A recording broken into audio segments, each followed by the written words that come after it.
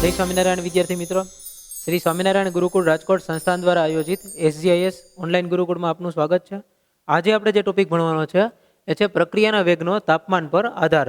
તો અત્યાર સુધીમાં રાસાયણિક ગતિકી ચેપ્ટરની અંદર આપણે બધું ભણી ગયા છીએ કે કેવી રીતે પ્રક્રિયાક્રમ શોધવો, પ્રક્રિયાક્રમ શોધવાની રીત જે હતી, જે 4 રીત હતી એ આપણે છેલ્લા લેક્ચરમાં કહી દીધી, જે JEE અને NEET માટેની મહત્વની રીત હતી. આજે આપણે જોઈએ છીએ પ્રક્રિયાના વેગનો તાપમાન ઉપર આધાર. તો આ ટોપિક વિશે આપણે એક વખત ચર્ચા થઈ ગઈ છે, પણ બહુ શોર્ટમાં ચર્ચા કરેલી છે. બરાબર, બહુ જ ટૂંકાણમાં આપણે એને એકવાર જોયેલો હતો ટોપિક, કે જેમાં આપણે એમ વાત કરેલી હતી કે જ્યારે તાપમાનમાં 10 ડિગ્રી સેલ્સિયસનો વધારો કરવામાં આવે, તાપમાનમાં 10 ડિગ્રી સેલ્સિયસનો વધારો કરવામાં આવે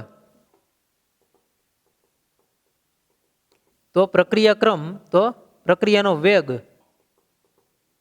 બમણો થાય છે. ઓકે, આ એક વખત આપણે ડિસ્કસ થઈ ગઈ છે. આના રિલેટેડ જે દાખલાઓ હતા, જે કોએફિશિયન્ટ થિયરી હતી, ટેમ્પરેચર કોએફિશિયન્ટ થિયરી, એની અંદર આપણે આટલું તો ભણેલા હતા. તો હવે આપણને ખબર છે કે જેમ તાપમાન વધારતા જાય છે કોઈ પણ રાસાયણિક પ્રક્રિયા માટે, જેમ તાપમાનમાં વધારો થાય છે એમ એ પ્રક્રિયા ઝડપથી કમ્પ્લીટ થાય છે, એટલે કે પ્રક્રિયાનો વેગ છે એ વધે છે.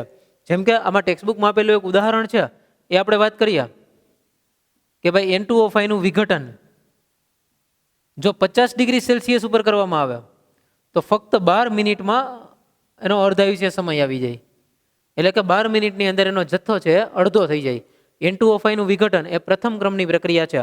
તો N2O5 નું વિઘટન કરવામાં આવે 50 ડિગ્રી સેલ્સિયસ તાપમાને જો પ્રક્રિયા કરવામાં આવે તો 12 મિનિટ છે એનો અર્ધાયુષ્ય સમય બની જાય છે. એટલે કે 12 મિનિટમાં N2O5 નો જથ્થો અડધો થઈ જાય છે. બરાબર. ત્યાર પછી 25 ડિગ્રી સેલ્સિયસ તાપમાને કરવામાં આવે,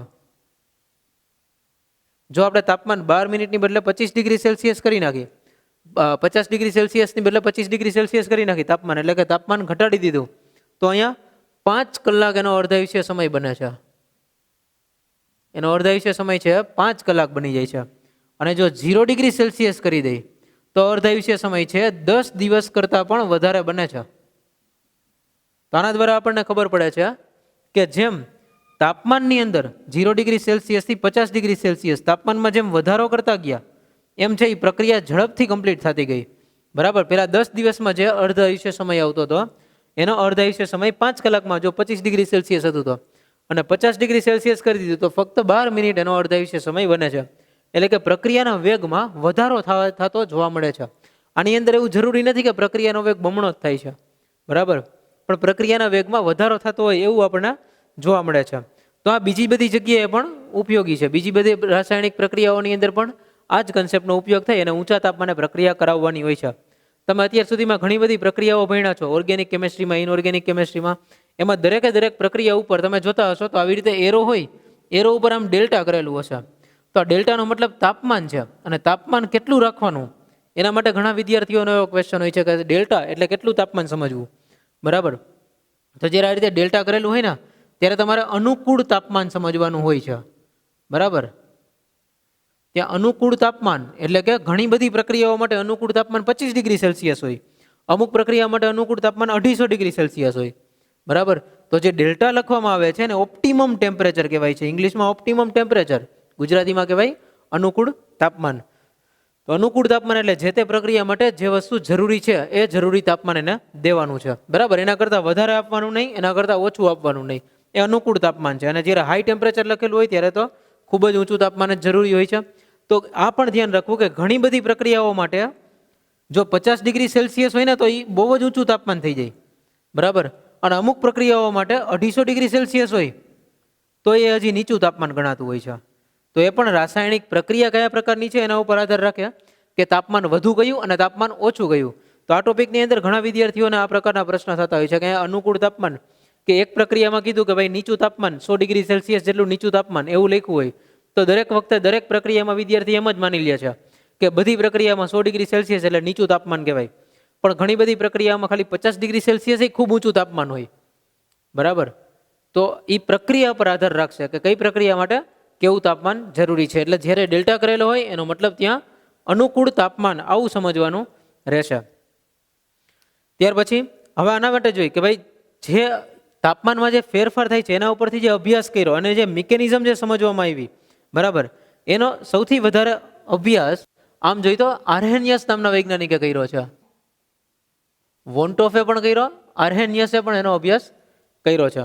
તો આર્હેનિયસ વૈજ્ઞાનિક છે, આપણે એના વિશે અત્યારે ભણશું. સૌથી પહેલો અભ્યાસ કર્યો તો વોન્ટોફ, પણ આર્હેનિયસે જે સમીકરણ આપ્યું એના પ્રમાણે જે આખી મિકેનિઝમ કે જે ક્રિયાવિધિ સમજાવી એના માટે બધો જ જશ છે આર્હેનિયસને આપવાનો થાય છે. બરાબર. તો હવે જોઈએ છીએ આર્હેનિયસનું સમીકરણ શું હતું. આર્હેનિયસનું સમીકરણ છે કે બરાબર A into e raise to minus E A એના છેદમાં આર અને ટી. ઓકે, તો આ લખેલું છે, આ એનું આર્હેનિયસ સમીકરણ કહેવાય છે. બરાબર. કે બરાબર A into e raise to minus E A by R T. જ્યાં તમને ખબર છે કે કે છે શું હશે, કે છે વેગ અચળાંક હશે, પ્રક્રિયાનો વેગ અચળાંક છે. એ છે એને આર્હેનિયસ અચળાંક કહેવાય છે.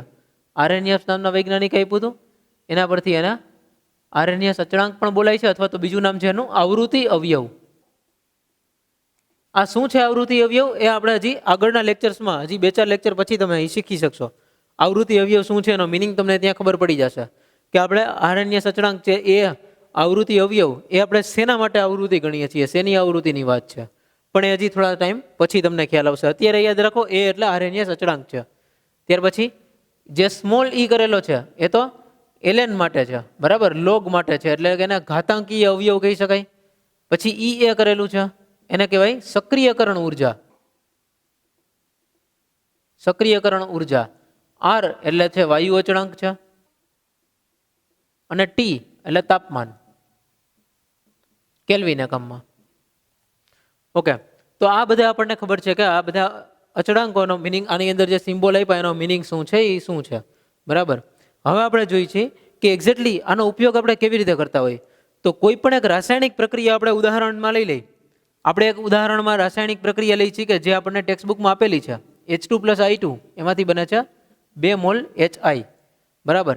આ પ્રક્રિયાને આપણે ધ્યાનમાં લીધી. હવે જો આમાં પ્રક્રિયા એક્ઝેક્ટલી થતી હોય કેવી રીતે, આ H2 છે અને આ બીજો છે I2, આ બંને વચ્ચે પ્રક્રિયા થઈ અને સૌથી પહેલા H અને I વચ્ચે નવા બંધ બનવાના છે. એ બંધ બનવાનું શરૂ થતું જાય. આ રીતે H અને I વચ્ચેના બંધ બનતા જાય, અને H અને H વચ્ચેનો બંધ કે I અને I વચ્ચેનો બંધ એ બંધ તૂટવાના હોય. બરાબર. આ તો તમે આરામથી સમજી શકો છો કે H અને I વચ્ચે બંધ બનશે અને H અને H વચ્ચે અથવા તો I અને I વચ્ચે આ બંધ છે એ તૂટશે, ત્યારે જે રાસાયણિક પ્રક્રિયાની છેલ્લે નિપજ મળશે. બરાબર. તો આની જે નિપજ મળે છે એ બને છે આપણને HI. એવી રીતે 2 મોલ HI મળે છે. ઓકે, તો જો વચ્ચેનું જે સ્ટેપ બન્યું છે, આ જે વચ્ચેનું છે આને મધ્યવર્તી નિપજ કહેવાય, અથવા તો મધ્યવર્તી અવસ્થા જેને કહી શકીએ. તો જ્યારે મધ્યવર્તી અવસ્થા બને તો અને તો જ આ નિપજ બનવાનું ચાલુ થાય, તો જ આ નિપજ બનતી હોય. જો મધ્યવર્તી અવસ્થા જ ન બની હોય તો નિપજ બને નહીં. અને આ મધ્યવર્તી અવસ્થા બને જ છે એ આપણને કેમ ખબર પડે. બરાબર. તો એના માટે આપણે શું કરવું પડે. તો જો એ મધ્યવર્તી અવસ્થા બને જ છે એને સમજવા માટે એક આલેખની રીતને ધ્યાનમાં લીધી. બરાબર. એના અણુઓની સ્થિતિ ઉર્જાને ધ્યાનમાં લીધી. સ્થિતિ ઉર્જા વિરુદ્ધ પ્રક્રિયા અક્ષ એનો આલેખ દોર્યો. સ્થિતિ ઉર્જા વિરુદ્ધ પ્રક્રિયા અક્ષ. જો અહીંયા પ્રક્રિયા અક્ષનો મિનિંગ શું થાય છે કે પ્રક્રિયા જે આગળ વધે છે, પ્રક્રિયા જેટલા પ્રમાણમાં આગળ વધે છે એ વાત છે. અહીંયા સમય નથી, પણ પ્રક્રિયા આગળ વધે છે એમ છે કે પ્રક્રિયા કેટલી આગળ વધી છે, એટલે પ્રક્રિયા અક્ષ કહેવાય છે, જે કોમન છે. એના પ્રક્રિયા અક્ષના કોઈ મૂલ્ય ન હોય કે પ્રક્રિયા અક્ષ 0 છે, પ્રક્રિયા અક્ષ 1 છે, 2 છે, -5 છે, -15 છે, એવા કોઈ મૂલ્ય ન હોય. આ ફક્ત અને ફક્ત પ્રક્રિયા અક્ષ એટલે પ્રક્રિયા આગળ કેમ વધી છે એ છે. કદાચ અહીંયા તમે એક્સ અક્ષ ઉપર કાંઈ ન લખો તો પણ ચાલે. બરાબર. પણ આપણે સ્થિતિ ઉર્જા વિરુદ્ધ પ્રક્રિયા અક્ષનો આલેખ દોર્યો છે. બરાબર. તો પ્રક્રિયા અક્ષનો મિનિંગ હવે તમને સમજાઈ ગયો હશે. પ્રક્રિયા અક્ષ એટલે કે પ્રક્રિયા જેમ આગળ વધે છે એની ખાલી વાત કરીએ છીએ, બીજું કાંઈ નથી કે પ્રક્રિયા એટલી આગળ વધે, આના પછી આ, આના પછી આ, આના પછી આ, એવું એક સિક્વન્સ નક્કી થાય એને પ્રક્રિયા અક્ષ કહેવાય છે, બીજું કાંઈ નથી કહેવાતું. ઓકે. તો પ્રક્રિયા અક્ષ જ્યારે H2 અને I2 હતા ત્યારે એની સ્થિતિ ઉર્જા આટલી હતી. H2 અને I2 હતા ત્યારે એની સ્થિતિ ઉર્જા ઓછી હતી, પછી એની સ્થિતિ ઉર્જા વધી, પછી અચાનક જ ઘટી અને નિપજ બની. બરાબર. તો જો જ્યારે પ્રક્રિયા શરૂઆત થઈ ત્યારે H2 હતું અને સાથે સાથે I2 હતું. બરાબર. તો આ એની સ્થિતિ ઉર્જા હતી H2 અને I2 ની. જ્યારે H2 અને I2 નું મિશ્રણ હતું એની સ્થિતિ ઉર્જા લખેલી છે. ત્યાર પછી એમાંથી આ મધ્યવર્તી અવસ્થા જેને કહેવાય સક્રિયકૃત સંકીર્ણ, જેને બીજી રીતે બોલાય છે સક્રિયકૃત સંકીર્ણ. એટલે એ સંકીર્ણ એટલે એટલા માટે કહેવાય છે કે એની જે રચના છે એ ખૂબ જ કોમ્પ્લિકેટેડ હોય છે. એટલા માટે આપણે એમ નક્કી કર્યું કે અહીંયા આ બે બંધ તૂટે છે અને આ બે બંધ બને છે, એવી રીતે આપણે નક્કી કર્યું, પણ એક્ઝેક્ટલી એવું થતું ન હોય. આ તો આપણે ધારેલી વાત છે, બરાબર. પણ પ્રેક્ટિકલી આપણને સ્થિતિ ઉર્જા વધારે હોય એ મળે છે, કે અહીંયા આપણને એ ખબર પડી જાય છે કે અહીંયા સ્થિતિ ઉર્જા વધારે છે. આ સક્રિયકૃત સંકીર્ણની ઉર્જા છે, સક્રિયકૃત સંકીર્ણ. અને ત્યાર પછી છેલ્લે નિપજ બને છે, આ એની નિપજ છે, બરાબર. તો જો આની અંદર શું કરવાનું હોય, તો પહેલી વાત એ હોય કે આપણે તો શું બનાવવું છે, H2 અને I2 માંથી HI બનાવવું છે, બરાબર. પણ એના માટે શું કરવું પડે, H2 અને I2 ને પહેલા એક્ટિવ કરવા પડે. H2 અને I2 તો એમને હવામાં રખડતા હોય, પણ એ બે ભેગા થઈને HI બનાવી નથી નાખતા, બરાબર. જેમ કે નાઇટ્રોજન અને ઓક્સિજન હવામાં છે, પણ બે ભેગા થઈને નાઇટ્રોજન ઓક્સાઇડ બનાવતા નથી, બરાબર. શું કામે નથી બનાવતા? કારણ કે એને પ્રક્રિયા થવા માટે એક મિનિમમ ઉર્જા અથવા તો એક ચોક્કસ કન્ડિશનની જરૂર હોય છે. એ ચોક્કસ કન્ડિશન કે મિનિમમ ઉર્જા એને જો મળી જાય તો એ પ્રક્રિયા કરાવશે, નહીતર નહીં કરાવે. ઓકે, તો આની અંદર એવું જ છે, H2 અને I2 ભેગા હોય પણ એને અમુક ચોક્કસ ઉર્જા મળે તો જ થાય. એ ચોક્કસ ઉર્જા જ્યારે એને આપવામાં આવે છે ત્યારે સક્રિયકૃત સંકીર્ણમાં ફેરવાઈ જાય છે. જ્યારે એને ચોક્કસ ઉર્જા આપવામાં આવે છે, આ લેવલથી સ્ટાર્ટ કરી અને આપણે આ લેવલ સુધી ઉર્જા આપી અને પોઈન્ટ એ કહી દઈ આ બી છે અને આ સી પોઈન્ટ છે, તો એ થી બી સુધી જે ગયું, એ થી બી સુધીનો જે ઉર્જાનો તફાવત છે એ ઉર્જાનો તફાવત છે એ આપણે એને આપવો પડે. જેટલી ઉર્જા છે એ થી બી સુધીનો તફાવત છે ઉર્જાનો, એટલી ઉર્જા આપણે એને આપવી પડશે. જ્યારે H2 અને I2 માંથી સક્રિયકૃત સંકીર્ણમાં રૂપાંતર થશે, સક્રિયકૃત સંકીર્ણ બનશે એની જાતે. તો આના માટે આપણે શું કર્યું, તો આપણે એમ કહી શકીએ શોર્ટમાં કે H2 અને I2 આ બંનેને આપણે સક્રિય કર્યા. પેલા એમને હતા નિષ્ક્રિય હતા, પ્રક્રિયા કરતા નહોતા એકબીજા સાથે. આપણે એને ઉર્જા આપી જેથી બે સક્રિય થયા, અને સક્રિય થયા પછી એ બંને એકબીજા સાથે પ્રક્રિયા કરી અને પછી એમાંથી HI નિપજ બનાવી. તો પહેલું કામ છે આપણે એને H2 અને I2 ને સક્રિય કર્યા છે. તો H2 અને I2 ને સક્રિય કરવા માટે જ્યારે જે ઉર્જા આપવી પડે, H2 અને I2 ને સક્રિય કરવા માટે જે ઉર્જા આપવી પડે એ ઉર્જાને સક્રિયકરણ ઉર્જા કહે છે. તો જે પ્રક્રિયકોને નિપજમાં રૂપાંતર કરતા પહેલા સક્રિય કરવા માટે જે ઉર્જા આપવી પડે એ ઉર્જાને કહેવાય છે સક્રિયકરણ ઉર્જા. સક્રિયકરણ ઉર્જા એનો સિમ્બોલ છે EA, બરાબર. ઇંગ્લિશમાં એને કહેવાય એનર્જી ઓફ એક્ટિવેશન. E એટલે એનર્જી અને એ છે એના માટે એક્ટિવેશનનો એ લખેલો છે. તો E કેપિટલ કરવાનો હોય અને એ છે એ સબસ્ક્રિપ્ટમાં લખવાનો હોય, નીચે લખવાનો હોય. E અને એ આમ સાથે નથી લખવાનો, E લખો અને અહીંયા નીચે લખવાનો હોય EA, એનર્જી ઓફ એક્ટિવેશન, એવું એનું નામ કહેવાય, સક્રિયકરણ ઉર્જા, બરાબર. તો સક્રિયકરણ ઉર્જા જે છે એ આપણે સમજાઈ ગયું કોના માટે અપાય છે. પ્રક્રિયકોમાંથી નિપજ બનાવવી હોય તો પહેલા પ્રક્રિયકને સક્રિય કરવા પડે, અને સક્રિય કરવા માટે જે ઉર્જા આપવી છે એને કહેવાય સક્રિયકરણ ઉર્જા. એટલી ઉર્જા આપીએ ત્યાર પછી પ્રક્રિયકમાંથી સક્રિયકૃત સંકીર્ણ બને. પ્રક્રિયક જે હતો એમાંથી સક્રિયકૃત સંકીર્ણ બન્યો અને ત્યાર પછી સક્રિયકૃત સંકીર્ણમાંથી નિપજમાં રૂપાંતર થયું. અને આ આપણને ખબર છે કે H2 અને I2 એમાંથી HI જે નિપજ બની, તો જો બંનેની ઉર્જાનો તફાવત આપણને ખબર પડે અહીંયાથી. તો આમાં પ્રક્રિયકની ઉર્જા વધારે છે, નિપજની ઉર્જા ઓછી છે. તો આવું આપણે સંતુલન ચેપ્ટરમાં ભણી ગયા હતા કે એ પ્રક્રિયા ઉષ્મા શોષક હોય કે ઉષ્મા ક્ષેપક હોય કે વોટેવર, બરાબર. એનાથી આપણને કાંઈ મતલબ નથી રહેતો અત્યારે આ ચેપ્ટરમાં. આપણું કામ ખાલી એટલું જ છે કે સક્રિયકરણ ઉર્જા છે ને એ કેવી રીતે મપાય. તો આપણને ખબર પડે કે કોઈ પણ પ્રક્રિયામાં આપણે ઉર્જા કેટલી આપવી પડે, બરાબર. આપણને એટલી ખબર પડી જાય કે સક્રિયકરણ ઉર્જા કેટલી આપવી પડે, તો જેનું મૂલ્ય ખબર પડી જાય તો એના ઉપરથી આપણે તાપમાન નક્કી કરી શકીએ કે કેટલા તાપમાને પ્રક્રિયા કરવી.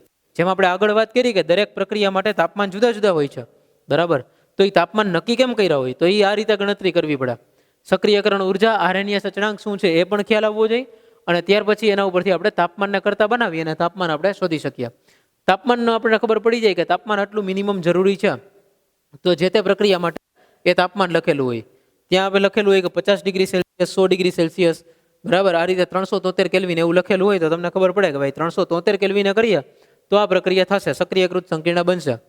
પછી ઘણીવાર એવું થતું હોય કે એક કરતાં વધારે સક્રિયકૃત સંકીર્ણ બનતા હોય, તો 373 કેલ્વિન કરતાં વધારે તાપમાન રાખો તો ઉપર વહી જાય, તો આપણે જે નિપજ જોઈ છે નિપજ ન પણ મળે, એવું પણ થતું હોય. પણ એ થોડુંક એડવાન્સ લેવલનું છે, એટલું બધું આપણે નહીં વિચારીએ.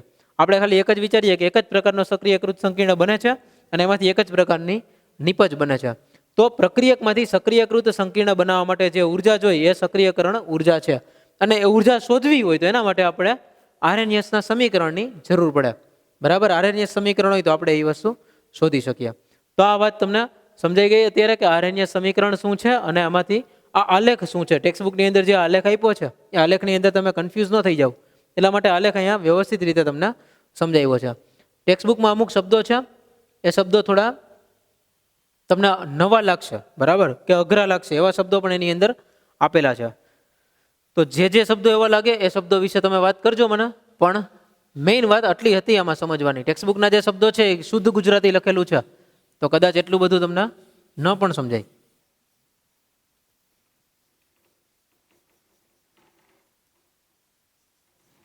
હવે જોઈ છે મહત્તમ સંભાવ્યતા ઝડપ કે એ પ્રક્રિયા થતી હોય કેવી રીતે. તો જો પ્રક્રિયા જે થતી હોય છે ને એના માટે થઈને એવું માની લેવામાં આવે છે કે દરેક અણુને એક ચોક્કસ ઝડપ હોય છે. બરાબર, દરેક અણુ પાસે એક ચોક્કસ ઝડપ રહેલી હોય છે. તો આપણે વાત કરી હતી કે દરેક અણુઓ છે એ ગતિ ધરાવતા હોય છે, એની ગતિ ઉર્જા હોય છે. ગતિ ઉર્જા હોય તો એની પાસે ચોક્કસ ઝડપ પણ હોય. તો આપણે જો આગળ વાત કરીએ, હવે આ ટોપિકની અંદર આગળ વાત કરીએ, એના માટે એક આલેખ દોરવામાં આવે છે. બરાબર, એમાં વાય એક્સ ઉપર લેવાય છે અણુઓનો અંશ, અણુઓનો અંશ, અને એક્સ અક્ષ ઉપર લેવાય છે ગતિજ ઉર્જા. તો જો આનો આલેખ દોરવામાં આવે છે તો આની અંદર આલેખમાં આપણને આવું મળે છે. જો કોઈ પણ એક આખો પ્રક્રિયક છે એના અણુઓની વાત છે. આપણે વાત એવી કરીએ છીએ કે એક આપણી પાસે આખું એક પાત્ર છે એની અંદર પ્રક્રિયક ભરેલો છે, એના દરેક અણુની વાત અહીંયા થાય છે. બરાબર, અણુઓનો અંશ એટલે આપણે એમ વાત કરીએ કે ભાઈ એની અંદર ધારી લ્યો, બરાબર, એ પાત્રની અંદર ધારી લ્યો કે 10,000 અણુઓ છે, પાત્રમાં 10,000 અણુઓ છે, એમાંથી જેની ઝડપ 2 જેટલી હોય, જેની ગતિ ઉર્જા 2 હોય, બરાબર, એવા અણુઓ કેટલા છે? તો એવા અણુઓ તમને મળશે ભાઈ 100 અણુઓ છે. જેની ગતિ ઉર્જા 5 હોય એવા અણુઓ કેટલા છે? તો એવા અણુઓ 200 છે. જેની ગતિ ઉર્જા 10 હોય એવા અણુઓ કેટલા છે? તો એવા અણુઓ એના કરતાં થોડાક વધારે છે, 300 છે. જેની ગતિ ઉર્જા 50 હોય એવા અણુઓ કેટલા છે? તો એવા અણુઓ જેની ગતિ ઉર્જા 50 હોય એવા અણુઓ છે, આપણને ખબર પડી ગઈ અહીંયાથી કે ભાઈ 1000 છે. બરાબર, જેવા અણુ જેની ગતિ ઉર્જા 60 હોય એવા અણુઓ કેટલા છે? તો ત્યાંથી પાછું થયું કે ભાઈ એવા તો 800 જ છે. જેની ગતિ ઉર્જા છે 100 હોય એવા કેટલા છે? તો એનાથી ઓછા હશે, માનો કે 100 જ છે. બરાબર, જેની ગતિ ઉર્જા 300 છે આવા અણુઓ 3-4 નીકળ્યા. બરાબર, તો જો એક આ રીતે એક ગણતરી થાય કે એવા અણુઓ કે જેની ગતિ ઉર્જા સમાન હોય. બરાબર, જેમ કે આપણે 100 અણુઓની વાત કરી તો 100 અણુઓની ગતિ ઉર્જા સમાન છે. અહીંયા આ વાત થઈ. બરાબર, અહીંયા વાત કરી કે 300 અણુઓ, તો 300 અણુઓ એવા છે કે 300 અણુની ગતિ ઉર્જા 10 છે, 1000 અણુની ગતિ ઉર્જા 50 જેટલી છે. બરાબર, આ રીતે એની એક આલેખ બને. બરાબર, આ રીતે એની ગણતરી થાય ને એનો એક આલેખ બને. આલેખ કયો હોય? તો આલેખ જો એનો શેપ છે ને, આલેખનો શેપ આ રીતે આવે. તો જો અહીંયાથી આપણને ખબર પડે, એક ખાસ ધ્યાન રાખજો તમે લોકો જ્યારે સમજો ત્યારે, આ એક 0 એ અડાડી નથી દેવાનો આલેખ. બરાબર, આ જો કોઈ બુકની અંદર અડાડેલો હોય તો આલેખ ખોટો છે એવું વિચારજો. બરાબર, આ આલેખ અહીંયા અડાડી નથી દેવાનો, તમારે એને કન્ટિન્યુ રાખવાનો છે. અને આ જગ્યાએ 0 એ અડાડવાનો છે, અહીંયાથી એમને નથી ઉપાડી લેવાનો આલેખને. એક્સ અક્ષ ઉપર કે જે એનો છેદબિંદુ છે ત્યાં એને 0 એ અડાડી દેવાનો છે આલેખ, અને ત્યાંથી સ્ટાર્ટ કરવાનો છે. હવે આની અંદર શું કહેવા માંગે છે?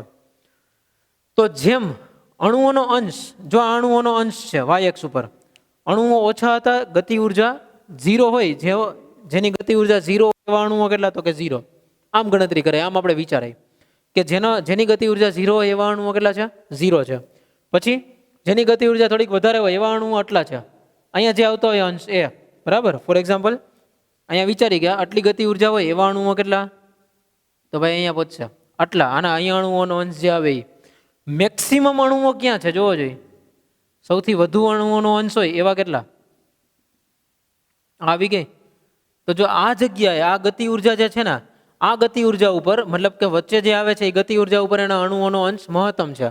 જેમ આપણે અહીંયા વાત કરી હતી કે 50 જેટલી ગતિ ઉર્જા ધરાવતા હોય એવા અણુઓ 1000 છે, પણ 50 થી ઉપર જાય એટલે અણુઓ ઓછા થતા જાય છે.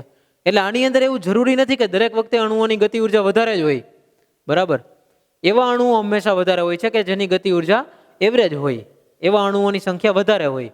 જેમ કે તમે વિચારો કે તમારું રિઝલ્ટ હોય 100 વિદ્યાર્થીઓની પરીક્ષા લીધી, તો એમાંથી ફેલ થાય એવા વિદ્યાર્થીઓ ઓછા હોય, બહુ ટોપર હોય એવા વિદ્યાર્થીઓ પણ ઓછા હોય, બહુ વધારે માર્ક આવ્યા 95% ઉપર આવ્યા એવા વિદ્યાર્થીઓ પણ ઓછા હોય.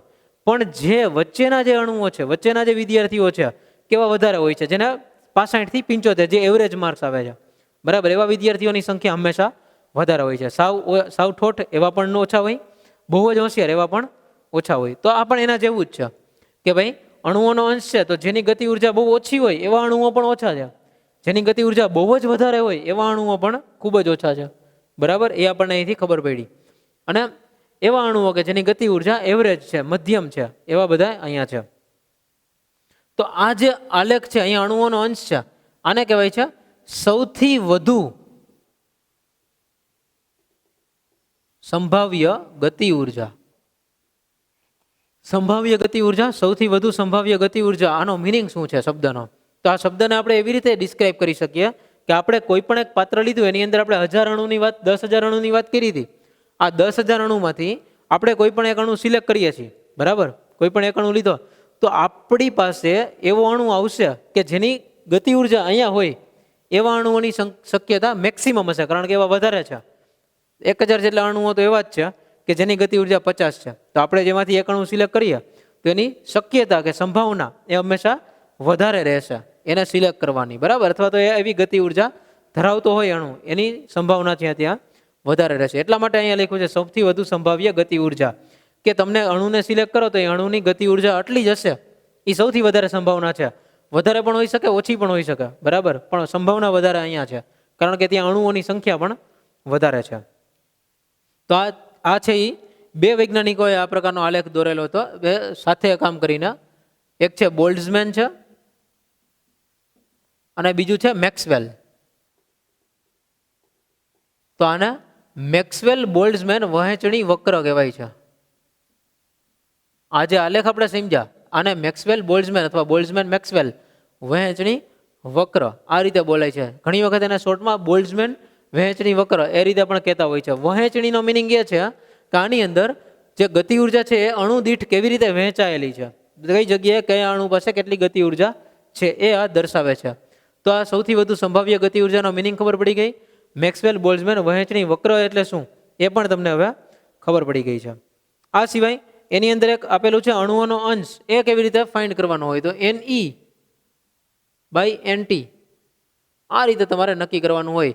જેની એનર્જી સેમ છે ને જે નંબર અણુના કેટલા છે, બરાબર, અણુના નંબર કેટલા છે, ટી એટલે ટોટલ, ઈ એટલે એનર્જી, એન એટલે તો નંબર છે. સિમ્પલ વાત છે કે સમાન ઉર્જા ધરાવતા અણુઓની સંખ્યા અને એવા કેટલા અણુઓ હોય NT એ ગણવાનું હોય છે. તો એની આપણે અહીંયા જરૂર નથી, પણ જસ્ટ તમને NE/NT એટલે અણુઓનો અંશ કેવી રીતે શોધવો એનું સૂત્ર છે.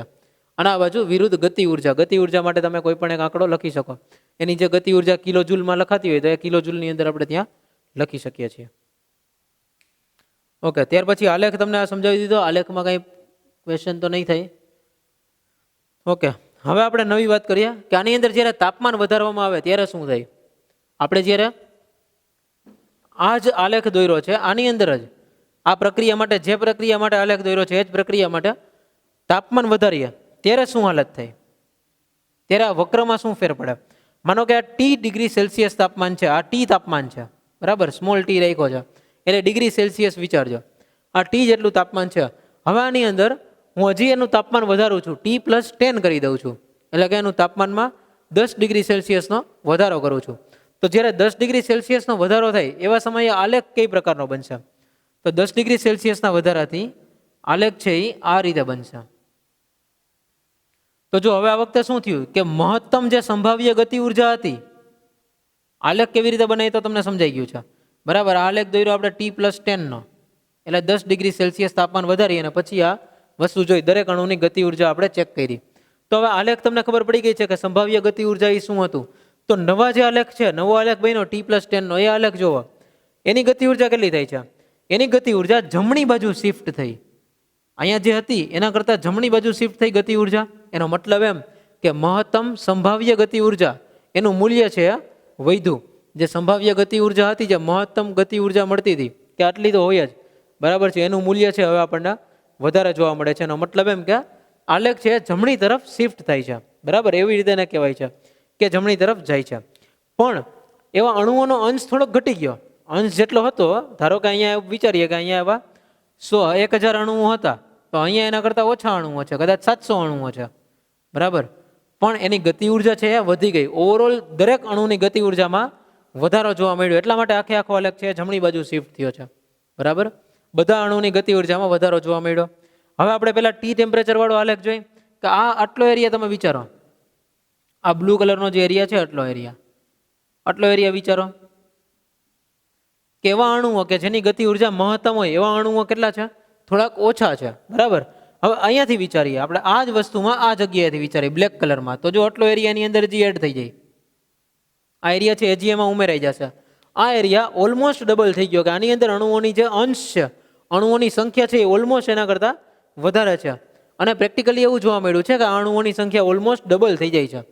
આની અંદર આટલા એરિયાની અંદર જેટલા અણુઓ રહેલા હોય, આ બ્લુ કલરનો એરિયા જે કર્યો એની અંદર અહીંયા જેટલા અણુઓ પણ એને લાગુ પડતા હોય એ રહેલા હોય, એના અણુઓ કરતાં આ બ્લેકવાળા અણુઓની સંખ્યા છે એ ઓલમોસ્ટ ડબલ જોવા મળે છે. તો જો અહીંયા અણુઓની સંખ્યા આપણે ડબલ જોવા મળી, બરાબર, આ ટોટલ થઈ જાય ને હવે આને ડબલ થઈ જાય. આ બ્લુ હતું તો એ સિંગલ હતું, અને બ્લેક આવી ગયું તો બ્લુ પ્લસ બ્લેક આખું ગણવું પડે આપણે. તો આખું ગણીએ તો હવે એ સંખ્યા છે એ ઓવરઓલ ડબલ થઈ ગઈ કહેવાય, ઓલમોસ્ટ ડબલ જેવી ગણી શકાય, બરાબર. તો એની સંખ્યા વધી ગઈ કે જેની ગતિ ઉર્જા ખૂબ જ વધારે છે, એવા અણુઓની સંખ્યામાં વધારો થયો અને એ જનરલી ડબલ જેવા થઈ ગયા, બરાબર.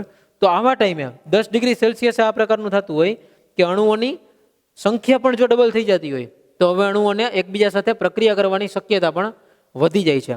એવા અણુઓ કે જેની ગતિ ઉર્જા વધારે છે એની સંખ્યા ડબલ, તો એકબીજા સાથે પ્રક્રિયા કરવાની શક્યતા પણ ડબલ થઈ જાય. અને એના માટે થઈને જ આપણે કહીએ છીએ કે પ્રક્રિયાનો વેગ છે એ ખૂબ જ જલ્દીથી વધે, કારણ કે અહીંયા અણુઓની સંખ્યા ડબલ છે અને ગતિ ઉર્જા વધારે છે, તો ફટાફટ પ્રક્રિયા કરશે એકબીજા સાથે, જલ્દી પ્રક્રિયા કરશે. તેથી જ આપણે કહી શકીએ કે અહીંયા વેગ છે એ બમણો થઈ જાય છે. વેગ જે બમણો થાય છે એ આપણે મેક્સવેલ બોલ્ટ્ઝમેન વહેંચણી વક્ર આના ઉપરથી આપણે સાબિત કરી શકીએ કે એનાથી આપણે કહીએ કે અહીંયા વેગ છે બમણો થઈ જાય, કારણ કે અણુઓની સંખ્યા છે ડબલ થઈ ગઈ હતી. તો જ્યારે અણુઓની સંખ્યા ડબલ થઈ ગઈ તો પછી હવે વેગ પણ ડબલ થવાનો જ છે, આમાં કંઈ બહુ નવી વાત નથી.